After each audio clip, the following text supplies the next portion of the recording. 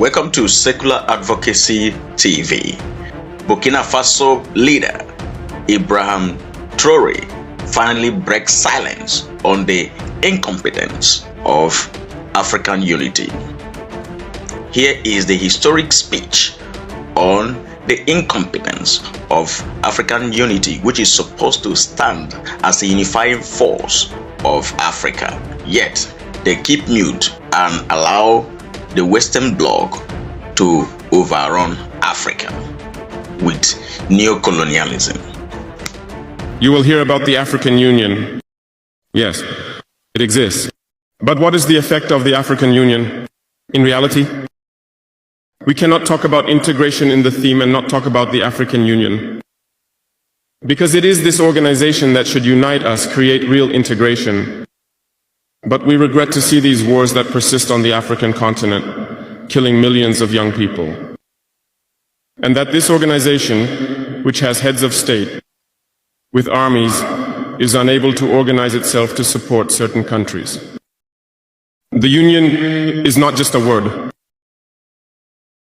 The Union is a symbol.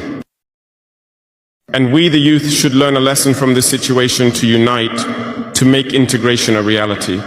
I was unpleasantly surprised when Ethiopia, which hosts the headquarters of the African Union, was experiencing a conflict. And when I saw the Prime Minister put on a military uniform and announce the closure of the university in Addis Ababa to face the threat.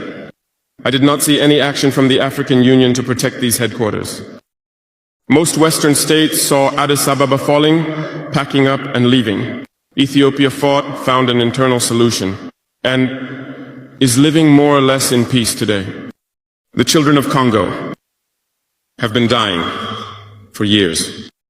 Several other conflicts, such as in Sudan, exist on the continent. We would have liked to see the African Union generate the forces and all the necessary strategies to support these states so they can regain peace.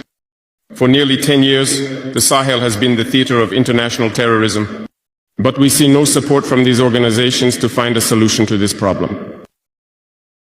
Worse, a few days ago, a country foreign to Africa openly announced having supported and participated in a cowardly terrorist and barbaric attack against the forces of our confederation in Tinsawartan. The African Union did not utter a word to condemn this interference by a state outside of Africa in the internal affairs of our states. I would like them to hear this and therefore break their silence and take action so that the youth can believe in the African Union.